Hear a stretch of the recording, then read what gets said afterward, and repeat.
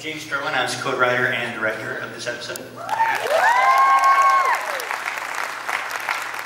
Casey Shafsky, co-producer and unit production manager. My name is Tim Vitito.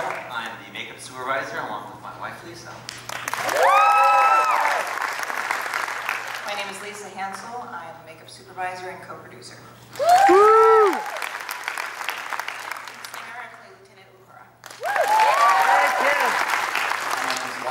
And I play Ensign Chekhov. Hey, my name is Chris Stewart and I play Scotty on Star Trek Continues.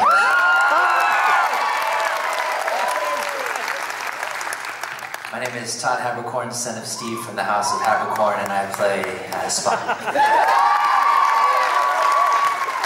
My name is Chuck Huber and I play Dr. McCoy. Hi, I'm Michelle Specht. I play Dr. Elise McKenna. And I'm what's left of Vic Mignogna, and I play Captain Kirk. I mean, who among us does not, have feelings of loss or shame or guilt about maybe something with someone in our lives that we could have handled differently? And if we just had that one more minute to say to that person what we wish we could have said or should have said. So Chris started working on a screenplay, and James and I got involved, to help, kind of make it ready to shoot, and that's how it came about. I have to relay a quick thing about coming to the set. I got a personal tour of the Star Trek Continues set from Vic. Because Vic personally likes to be the one to show everyone around, like a giddy child, showing off his favorite toy. He takes every person around to see the set, and it is absolutely, frankly, it's emotional to see something I grew up watching as a kid and see it so accurately represented in the set. So I just want to thank you, Vic, for the opportunity to be a part of it. Thank you so much. And we're here, you can be a part of it too by continuing to support. Yes. There's, you don't have to wait for Kickstarter. Can I just say that? On our website, StarTrekContinues.com, there's a little button boop, boop, called Donate Now. If you like what you're seeing, you want to see more, we only do this, by the generous donations of people that enjoy Star Trek, the original series. So thank you in advance for anything you can do to help us continue. And also, please stick around because there's another special surprise. So you're going to be very happy that you stuck around. So we have a lot of people with questions, so let's get right to our first one, sir. Yes, Professor David Williams, Arizona State University School of Earth and Space Exploration. I just wanted to say I've donated to both Kickstarters, and I'm very, very happy to see what you guys have done. These episodes have been incredible. I had a question. I know Vic has read Mark Cushman's book, the 3-volume series that's just come out. Have you ever thought about trying to go back to any of the unmade stories or scripts from the original series, or would that be really difficult now with all the time that's Well, the reality is that CBS owns all of those scripts. They own those things, even if they never made them. They own them. So copyright would prohibit us from making any episodes that were either written for the series, or intended for the series. Mark, by the way, Mark Cushman, who wrote those books, is our script supervisor, he's kind of our script acquisitions guy.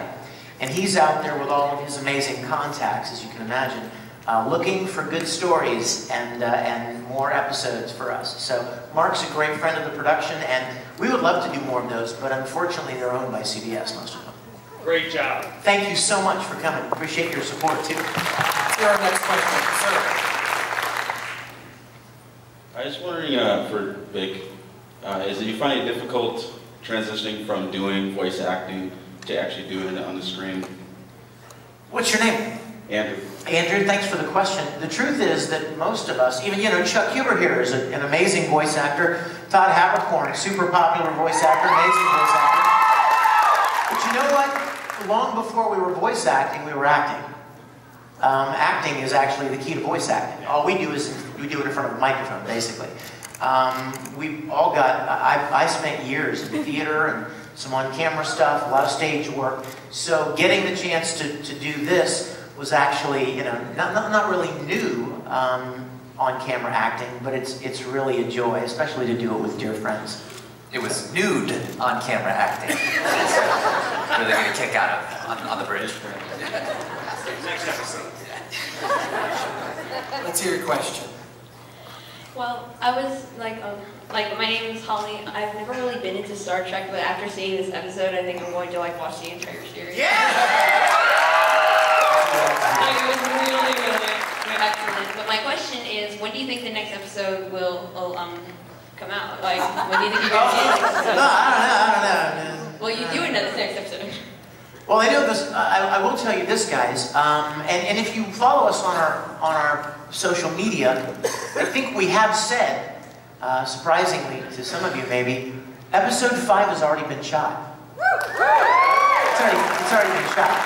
We shot it literally a month after we shot this episode. So 5 is in the can, as they say, and 6 is going to be probably shooting. We'll probably shoot 6 in the fall. Our studio is in Florida, so you don't do much in Florida during the summer months. It's a little warm. But yeah, 6 will be coming in the fall. We'll be shooting in the fall, and episode 5 will probably be, which is incidentally the first location episode. It's the first episode off the ship, and that's going to be premiering probably in maybe August, September. You know, we want to spread them out. What? Salt Lake. Well, you know, we've had a lot of requests to premiere some episodes on the east side of the country. Everybody tells us that we're spoiled, that we're spoiling the people on the west side of the country. So, well, but it's you, right? So, yeah. So maybe New York Comic Con, maybe Fan Expo in Toronto. We're talking to a couple of different ones. Thanks for the question, sweetie. Thank you for answering it. And you can follow the Twitter. It's @TrekContinues. So make sure to do that. Yes, sir. Your question. If you could you see, would the series actually meet the other captains like Picard? You know, Captain Picard of the Next Generation. No, please don't. Well, there's several years in between. Yeah, you know, like a time-traveling episode? I don't know. It would have to be a good story. Yeah. One thing that we're committed to, and I hopefully you can see that, one thing we're committed to more than anything is story. I've always felt that Star Trek wasn't about fighting the Klingons. You know what I mean? It wasn't about phasers. It's about human stories and the social issues and the ethical dilemmas and the moral quandaries. And so we want to tell those kind of stories. We've got great actors ready, you know, up for the challenge to play any, you know, story, no matter how deep it is and or challenging it is. And so we want to tell good stories. If there's a good story that involves some kind of time travel like that, we'd be all for it. Captain Kirk meets Captain Crunch. Well, yeah, Todd's been pushing that when I've been pushing the Captain Stubing Love Boat Star Trek. As of yet, though. I call Julie. I'll be Julie. Let's hear your question. First I want to say I love Star Trek. I'm glad you're continuing it. First, how difficult is it for you, Vic, to get the mannerism of Captain Kirk and William Shatner down? And has he ever seen you and commented on that? Don't know what you're talking about. Because I'm amazed. You know what? Honestly, you want to... She said, "Can I answer that?" No. I will just say this, you guys. Since I was 10 years old, I loved Star Trek. I used to watch it every day. I absorbed it. I made cassettes of all the episodes and listened to it all the time. And I actually even started getting into acting, wanting to get into acting because of watching Star Trek and Bill Shatner. So, you know, I think it's kind of ingrained somewhat and I don't want to mimic him. I love him. I respect Captain Kirk. I respect Shatner's Captain Kirk. And I want the fans to feel like they're watching a continuation. I don't want them to feel like they're watching a parody or a mimicry in any way at all. So I appreciate the kind words, and I love him. Maybe that's it. Loving that show and that character so much and wanting to do it as much justice. Hey Chris, tell them what I tell you before we shoot episodes. Don't look at me in the eye. No, the other thing. Oh, okay, right. Vic always says, make sure I'm not doing William Shatner. Like if I get too Shatner-y, jump in there. What I love about it is the fact that you came into when you came into your time of really absorbing what you're seeing on television with pop culture, was that it was Star Trek and not something like decades later like Rescue 911, and you're just wanting to recreate episodes of Rescue 911. I don't think that would be the same impact. Well, you know, this seems like a perfect time to tell all of you here on stage, we're doing a remake of T.J. Hooker. Yeah! I want to be Heather Locklear. Oh, you are. Flipper. Next question. Hi. So my question is for everyone that's up here at the table, but is there a particular scene or line from either Star Trek Continues or just Star Trek in general that you really, really enjoyed, that really stuck with you? There was a scene. It's Lowani with Lou Ferrigno. The big guy, you know. Lou Ferrigno. I think you're making him angry. But there was a scene, and there were no words spoken. But if you go back and watch Lowani, we're at the dining room table with Lou Ferrigno, right? And there's a little section where Spock is sitting next to me, just like he is here, and I have a drink, and I'm doing this, and he gives me this look, which is you could do it. He gives me this look like, do you really need another drink? I mean, just that look. Do you really need? Never said a word, but it's just if you look at that, it's just looking at me like, oh God, Scotty is doing it again. I'm gonna have to carry him back to his room. Anybody else have a favorite down there? You wanna chime in? In Pilgrim of Eternity, the scene where Michael Forrest begins to sing, he literally brings me to tears, and you can see it. It was such a touching, that he was so gentle and warm in what he was doing, and it was such an amazing experience to have that connection. That was my favorite scene. I'm curious about what you think your favorite thing is, Ralph, because at the end of the day, you touch all of the audio, you know, time and time again. So is there something that stands out for you, or are you just like, you know what? Lou Ferrigno's voice. Oh yeah. Okay. I have to tell you what my favorite thing is, and it's from this episode. Can I tell mine first? Yes. Because it's probably the same one. That way I'll get to steal it. Hey, there's still surprises coming. I just want to I love it when she whispers irises in your ear. That's my favorite one. Yeah, my favorite moment of this episode was the scene with the little girl. And among the many surprises we have for you, please welcome Sarai. Come on,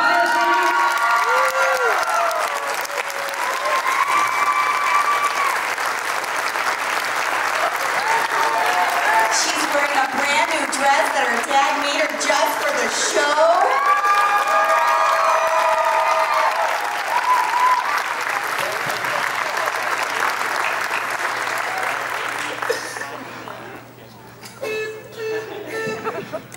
You guys, this is Sarai, and she even has a web channel called Sarai Trek, where she does critiques of episodes of the original series and Star Trek Continue. Say hi to everybody.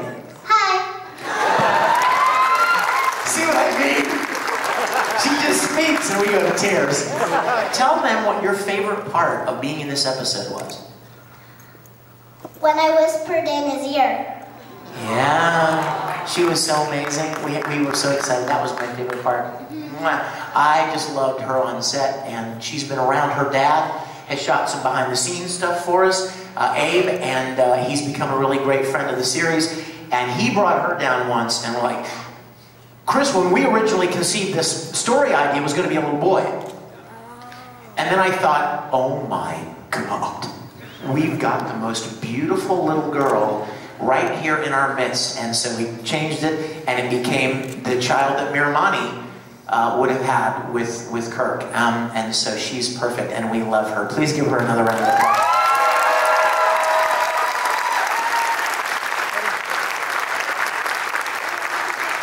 Another question here. Go right ahead. Hello, I'm Kat.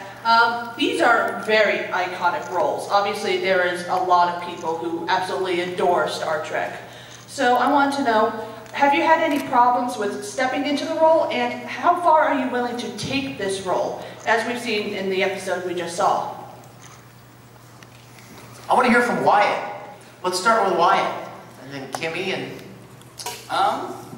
I grew up, I mean, I guess I say I can't, you know, I didn't grow up with the show because, you know, I'm way too young for that. But when I was a kid, my dad brought home the original series DVDs, right? And he was like, we're gonna watch every single one of these 100 times. And he was so excited. And we did. And I think just growing up watching Chekhov, because he's, you know, the character on the show, and so he's one of the ones that I related to the most growing up. And so picking up those mannerisms and getting into that character, it just kind of felt very natural because he's somebody who I looked up to when I was younger. Does that answer your question? Yes. Kimmy? Well, I have great respect for Nichelle Nichols, and I just admire her and what she's done. So to me, to have the opportunity to kind of walk in her shoes, I don't want to necessarily duplicate or try and mimic her, but she brought a femininity with strength that I greatly admire, and that's my desire.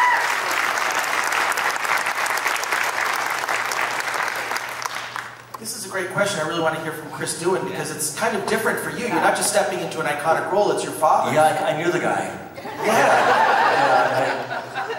We go way, way back. But I hope you do. No, but I had a little trepidation. I was a little worried about filling those enormous shoes. I mean, I think they're size 14. I don't know, like 11.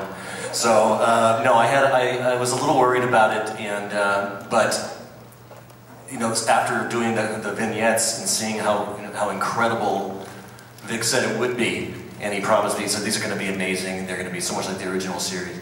I went into it full bore, but I think my dad would be proud. I really do. I think he would be. I think he'd be sitting out there. I would probably be sleeping, but he'd be sitting out there proudly dreaming about how proud he is of me. I think it's always funny that Chris, he always has a thing about being on camera with us, and every time it's like we'll do a scene and I see him off in the corner and he's just like, ah, man, that wasn't very good. And every time I'm like, dude, we all love you. And then I'll just call up some forum and I'm like, look at these, 500 comments. 490 of them are fantastic comments, the other 10 are beautiful comments about you. So like everybody loves what you do, and we are so grateful that you're a part of it and that we get to play with you. For sure. Yes. I love playing on the set, lots of you boys and girls. And I have to chime in there on what Todd just said, because right after Pilgrim of Eternity, Chris, do you remember this? He called me one day and he said, look, if you want to replace me, I'll understand. Remember that? And I'm like, are you flipping kidding me? You're like awesome, and yeah, and so he's a very modest man, but we're very, very proud to have him on board, and we love him to death. That was just a fake way to act humble. I do even more. So you were acting even then. That's amazing. Todd, what about Spock?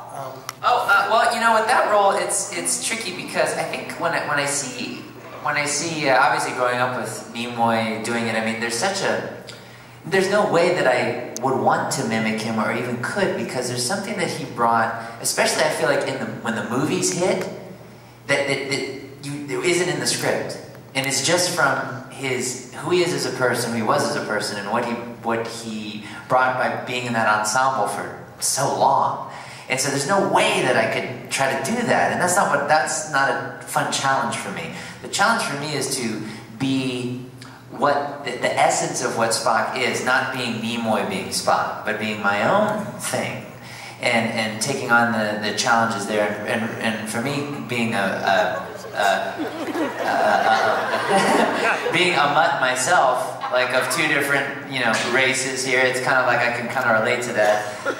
And also I had the bowl haircut as a kid too, because that's an Asian rite of passage. But it's quite an honor to be a part of this production, and when Vic asked me to be a part of it, I knew it was going to be something special, because he doesn't do anything less than 100%. And so I was so happy when he asked me to be a part of it. Hey Todd, let me ask you this.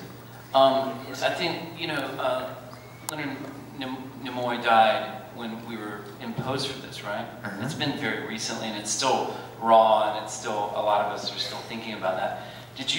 Were you surprised at just the outpouring of love and devotion? I mean, I was just thinking, when I saw that happen, I was thinking about, you know, Todd plays Spock, and I wondered, like, how did that even affect and hit you? A lot of people wrote me, actually, and were talking to me, and like talking as if you were like, as if Leonard were my dad. And they were saying, we're so sorry about that. And I thought that was very touching, and that speaks to how far of a reach Trek has across the board universally. And I thought that was, and it affected me a great deal, because what I do is, before we get ready for an episode, I won't watch anything Trek. Because I don't want, because I get lost in watching, you know, Leonard do his thing. That I'm just sitting there, I'm like, gosh, you're nice. And so like, I just pull myself away from it, so I just don't have that in my brain, and then I'm prepping on the script and everything like that. And so like, when he died, it really hit me like, you know, I didn't realize how it would affect me, and it bummed me out for a good long while, and it just, he's a giant. He was a giant, and I will always remember that. I think we all will. He was a giant? Absolutely. Wow. Huge man. Huge. Size 24 shoes. I always say that, like, jumping into the role, it's really easy because it's like a puzzle, and Vic and the production team and the writing and everybody else's acting makes it so that that's kind of the only way you want to do the character. You don't really have to portray anything. It's just inherent in the writing, I think. Oh, okay. I would say, I was about to say, well, it's easy because she's hasn't been in this. She's someone being introduced into that 4th season, but actually I want to rephrase that. It's absolutely terrifying, because this is such a beloved universe, and all of the people involved in this love it and respect it so very much. The last thing in the world I wanted to do was for this character to be shoehorned in, and to be forced, and to be inappropriate.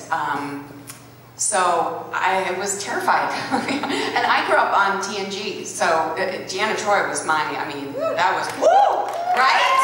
Okay, so to play basically the pilot program of her, I like lost my poop. Like it's a big deal. Where'd your poop go, Michelle? There it is. Hey.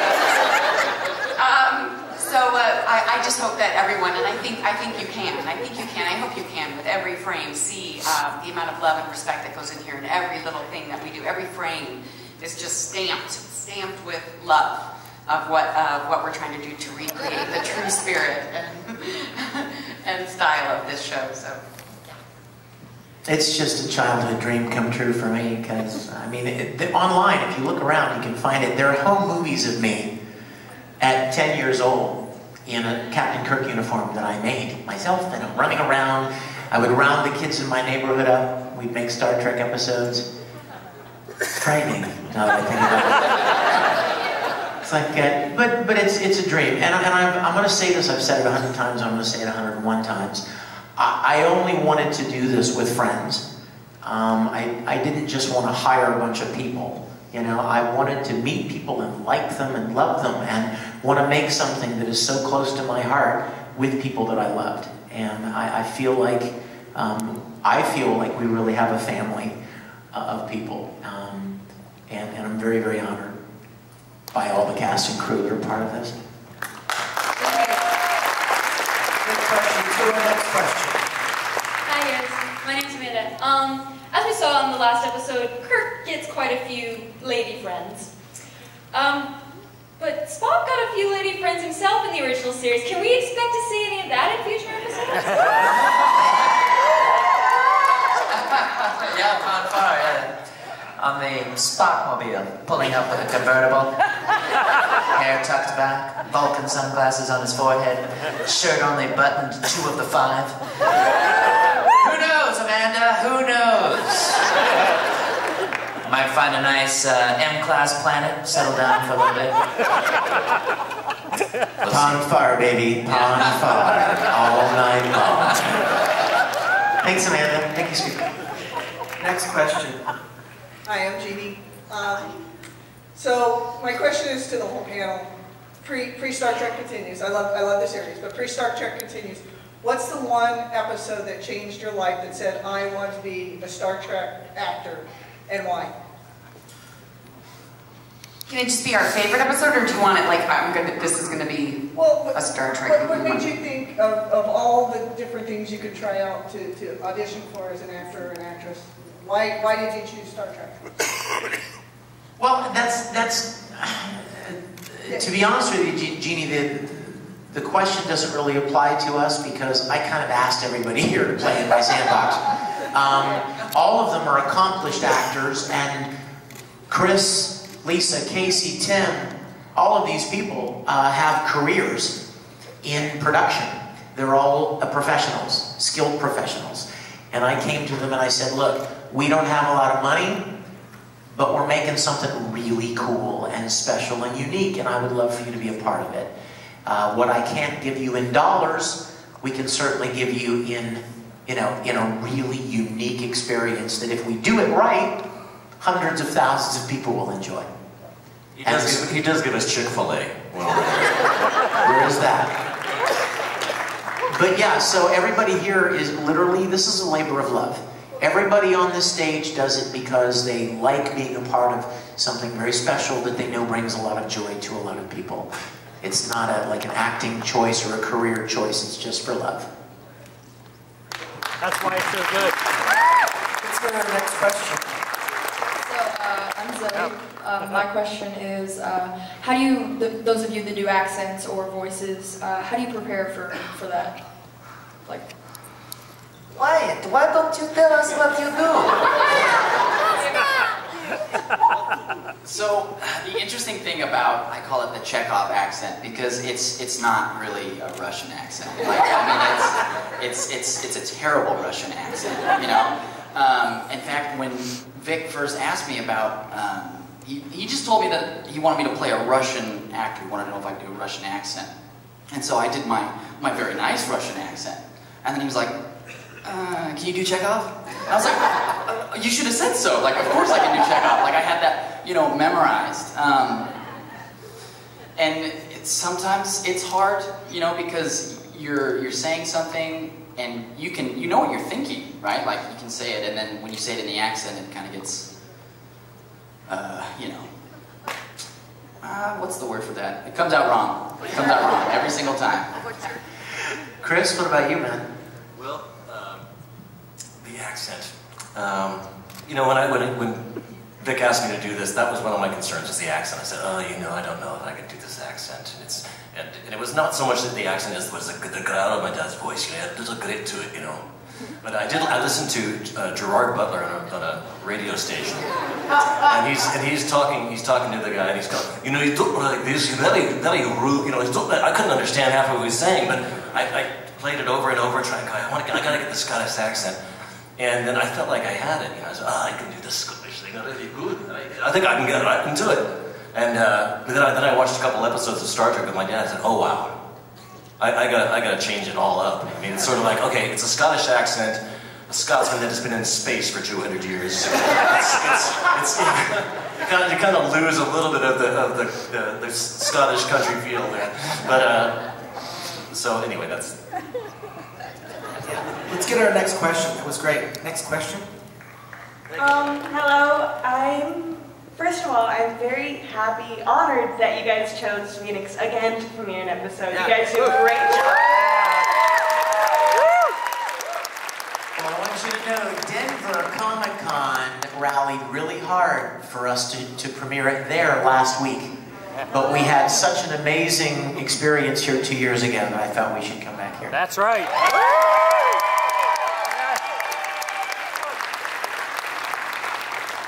And my question is, since the show started as kind of a thing about friends and people you know, you guys are a family.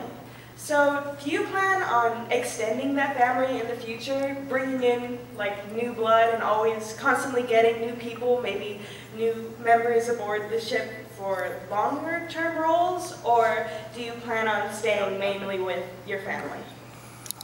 I would say the story is going to decide. I mean, it really depends. Again, it really comes down to the stories. If we have a story that really seems compelling and seems like it's got some new character that's amazing, then we'll probably do that. We don't have it all charted out yet. I know that we want to continue the 5-year mission. We want it. Yeah, I mean, they only got 3 years out of it, right? Right. At the beginning of every show, Captain Kirk said it's a 5-year mission to explore strange new worlds. So we want to continue the series, and I'll let you guys in on it. We've talked about it, but our long-term arc for our entire series is to ultimately leave all of the characters where they were when the motion picture picked them up. Yeah. So like Kirk has taken a desk job, Vulcan, to pursue the Kolinahr, and McCoy decided to quit the service and grow a beard and drink mint juleps all day. Scotty got chubby and grew a mustache.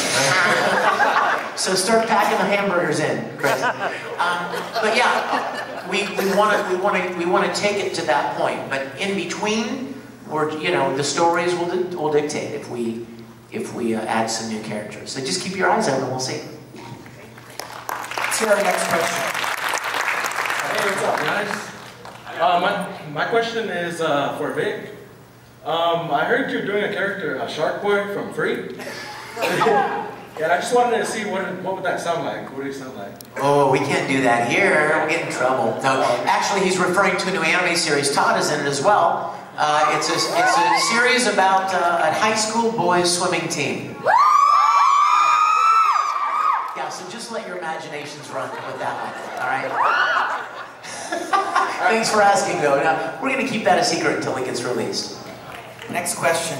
Hi, my name is Joe, and I just have a comment first. I'm late to this party. I had no idea this existed, but this is everything that I've ever wanted in a Star Trek remake, if that's what you want to call it. You have the lighting, you have the atmosphere, you've got the great acting, great stories, the music is matching. It's just perfect. It's everything I've always wanted.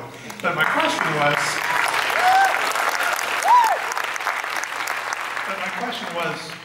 whoever was the set director or designer, did you put the I Dream of Jeannie bottle back on purpose? He caught it! You caught it! Okay, so I was doing a convention with Barbara Eden. And she gave me a bottle. They were selling them at her table, and at the end of the weekend, she gave me one. And we were looking for trinkets to put on the set. I'm like, oh my gosh, this is just too good to pass up. And I put it back there. I thought somebody's going to see that and get a kick out of it. Good catch, my friend. And before I go, I just want to say I'm already a big fan of Miss McKenna. That $20 I slipped you was not enough, my friend. That's doctor to you, sir.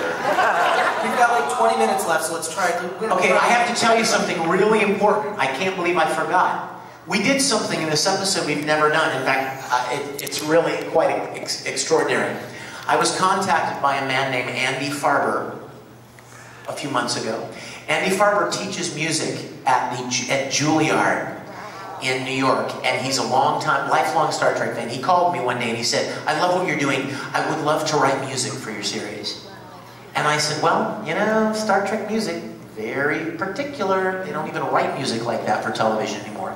And I said, we've got a character in this episode, Nakia, who I want her to have her own theme. Miramani has a theme, and Edith Keeler had a theme. So I said, here's what she's like, write something, let me hear it. And he sent me something, and it was amazing. And I was like, oh my gosh, this guy gets it.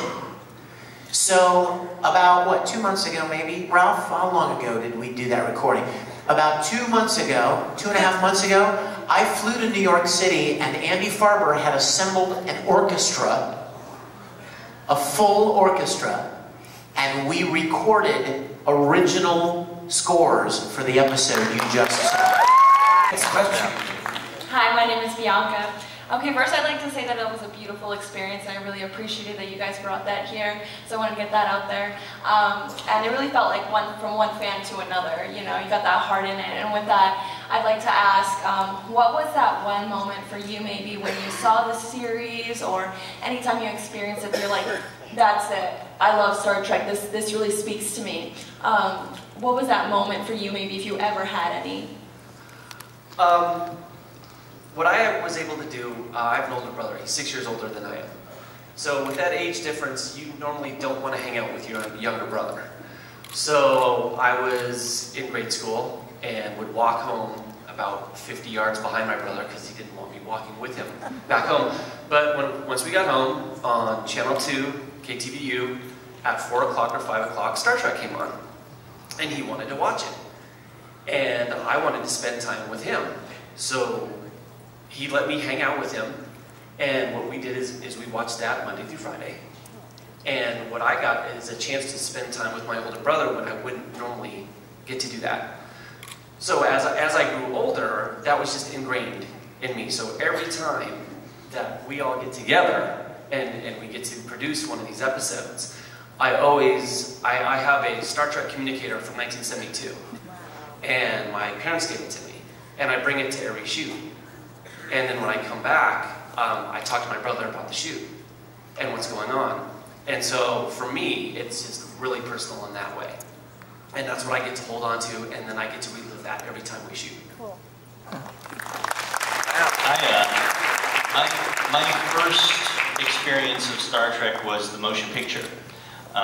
It was in a re-release. I was a little kid, and it was re-released in a double feature drive-in with Raiders of the Lost Ark. And when I was little, my mom and dad took me to the drive-in, and I got to see both of those movies as a double feature, and I thought, I was just blown away by Star Trek. And I know the motion picture isn't popular among a lot of people, but I really like it because it's not a lot like the original series, but I liked it for its own thing, as its own thing. Extremely intellectual and extremely just kind of mind-blowing, especially for a little kid. The other kind of seminal thing for me as a child was watching Doctor Who, and my doctor was Colin Baker, and so being able to write for and direct him, and this is pretty much the pinnacle of what I ever wanted to do. So that was really cool.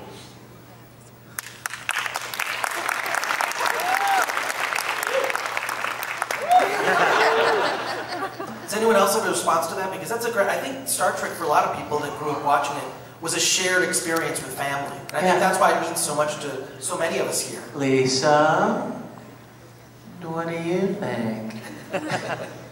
Much like Vic and James and Casey, I grew up watching Star Trek as a little kid. I really feel like Captain Kirk was the dad I didn't have growing up. I learned a lot of my principles, my deep-seated morals from the morals that were part of Star Trek. And it stayed with me. I've watched every emanation of Star Trek. I own every episode of every series. I own every movie. I own them all. And when I met Vic and he said, hey, let's go do this Star Trek thing, where do I sign? Absolutely. Totally on board. And now I want to ask Sarai what she likes most about Star Trek. I like most about Star Trek is like, well, the big thing about it that I really like is like Captain Kirk, he does these awesome moves, and I really like it a lot. What are the moves? You have your own name for it, don't you? What do you call it? The Fistaya, the jumping kit, the top of the hand, and Show everybody a Fistaya. Show. Yes, the double fist. You have not lived until you have gone on the internet and seen her critiques of the reviews of some of the episodes. They're just the best. And I think it's time for a special surprise. Nobody knew this was happening. and it's not going to be on the internet. Only the people in this room are getting to see it. Don't videotape it. What I thought of that episode. I did. I hope it's good. I tell you what, there wasn't a dry eye in the house. I looked around, even the guys around me going like, you know, trying to hide it down. So, very, very emotional, very great. Thank you so much, Tim. Thank you. My question is, you covered it somewhat about the music. In the earlier episodes that you did, though, the music is so genuine. I mean, did you get that from the original show, or did someone play it on the Oh, set? no, absolutely. That's from that amazing collection, the complete collection of all the original series music. I mean, the music from the series, Ralph will tell you, the music from the series is as important as anything. Yes. It's so signature to Star Trek.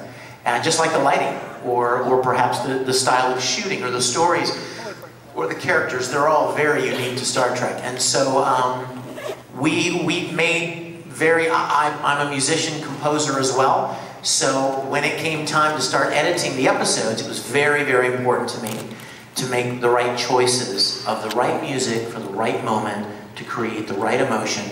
And Ralph Milner was very instrumental in that as well. So Definitely fit the mood. Excellent job. Thank you so much. Yes, sir. Hi, my name's Mike. My wife and I were fortunate enough to be here 2 years ago for episode 1. Without even really knowing what we had stumbled into, we were there to see Michelle and just stayed, and were amazed by the quality of the production and just the story. And I have to say, after tonight, I think we can agree that you guys are 4 for 4 in a big way. And I know Vic says he feels like a broken record saying that it's the story, but I hope he keeps saying that, because no disrespect to Paramount, the JJ verse, but as far as I'm concerned, this is the heir to Roddenberry's vision. And it's been the best Star Trek we've had in a long time. Thank you. That means the world to us. And you know, we have some contacts. I know that Chris is really good friends with Simon Pegg, who has expressed a great deal of respect and appreciation. And I know, and you know what, Carl Urban as well. So there are people that are involved in JJ's films who are big original series fans. And you can tell by the performance. You can tell that Carl really cares about McCoy and bringing as much D. Kelly as he can to it. So thank you for that. And you know what? Even in the original series, guys, they had some clunkers. You know what I mean? You can't possibly outdo yourself every time. It's physically impossible. Sooner or later, you're going to do something that, you know, it's just not as good. And that's terrifying, because I love these people, and I'm so proud of what we've done so far. And so, you know, I'm like, oh, we got to do better, we got to do better. Well, you know, they're not all going to be the best one yet, but if you guys enjoy them and they move you, that's all that matters to us. So the translation, skip episode 6 and 7. Catch 5, wait till 8, you'll be good. I did want to know, though, that some of my favorite moments from the original series, I just watched them all a couple years ago, were when some of the peripheral characters, like Scotty and McCoy, would have a scene, or, you know, Chekhov or Sulu or Uhura would get a moment to shine, and I'm hoping that we'll get to see some of those more in the future, because it's, you know, while Kirk is, of course, a great inspiration and everything, he's got his crew, and they're also really interesting people, and I hope they get a moment to shine as well. Well, the first story we did, Pilgrim of Eternity, Kim Stinger had an amazing arc. She got to sing, she got to play some amazing scenes with amazing Michael Forrest. I don't want to tell anybody what happened to her, but I mean, she had a big part. And then in our Mirror episode, Sulu and Chekhov got some really great moments. And again, I hate to sound like a broken record, but it's story. If we can get some good, really powerful arcs for those characters, I love using them. If, you know, again, we don't want to just force it. Oh, well, they only had 4 lines. Well, it's not about line count. It's about making the story strong. And I think that's what has been so great about it, and continues to be great about it, is you are so laser focused on having such a great story. And, like, you know, you were telling me a little bit about the next episode 6 and stuff like that, and you know, your main thing that you plug is the theme and what it's going to be about. So that continues to be super important, and I think that is a really key ingredient to the success. It's the dark chocolate of this souffle, because I love dark chocolate. So yeah, that's really good. Let me say something to that also. It's an interesting thing because people bring this up a lot, and it's kind of a tough line to ride because in the original series, there were only 3 contracted series regulars, Kirk, Spock, and McCoy for the last 2 seasons. Everybody else was technically recurring. And there were many episodes that like Sulu wasn't in or Uhura wasn't in. You can actually count on 2 hands the number of episodes all 7 of those characters are in. But to us today, especially after the films, those have become the main characters. So when we're only producing 2, 3, 4 episodes a year, we can't just do a few without Sulu because he'd be gone for like a year, you know. So there is a line that we kind of have to ride with that. But yeah, like Vic said, if there's stories that come about that can play with those characters, that's awesome because we love those guys.